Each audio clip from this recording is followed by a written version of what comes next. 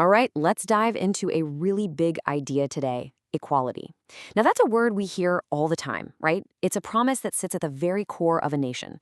But what happens when that huge, beautiful promise bumps up against the messy reality of our daily lives? That's what we're going to explore. Just take a look at this. It's a perfect way to think about society, isn't it? From a distance, it all looks like one simple pattern. But when you get closer, you see that every single piece is different, totally unique. And that's us. We're all individuals.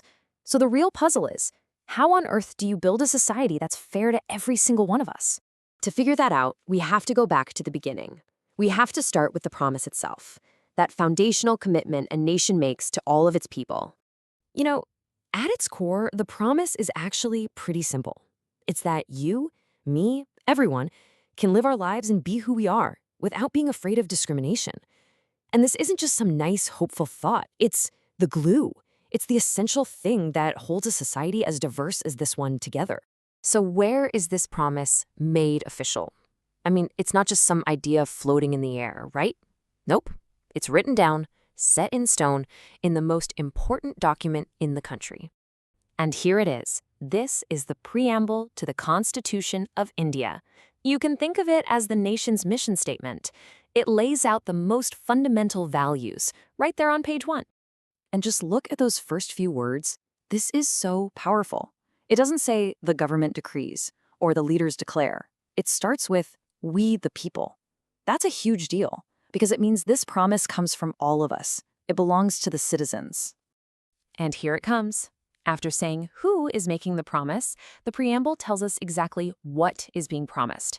It's a rock-solid commitment to secure to all its citizens. And that promise stands on 4 amazing pillars. You've got justice in every part of life, liberty, the freedom to think and believe what you want, fraternity, this idea that we're all in it together, and right there in the middle, what we're talking about today, equality, the promise of equal status and equal opportunity for every last one of us.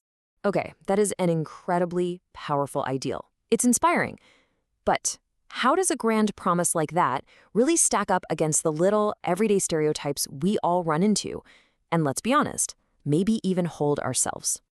You know what? Let's do a quick exercise together. It's a simple little matching game, but it's designed to show us some of those unconscious biases that can really get in the way of seeing people for who they are. Ready to play? Okay, so here's how it works. On the left, you've got 4 little stories. On the right, 4 endings. Just take a second and match them up in your head. Who's the athlete? What's going on with the surgeons? Go ahead, lock in your answers. All right, ready for the big reveal? Let's start with those 2 surgeons. When you read that, did you automatically picture 2 men? Well, in this story, one of them is a mother calling to speak with her daughter. A simple little twist that totally flips a common stereotype on its head. How about the boy who won the drawing competition? When you imagined him going up to get his prize, did you see him walking? The story tells us he went up in a wheelchair, challenging our ideas about what ability and talent look like. And the world-class athlete? You'd think they'd have to be in perfect health, right?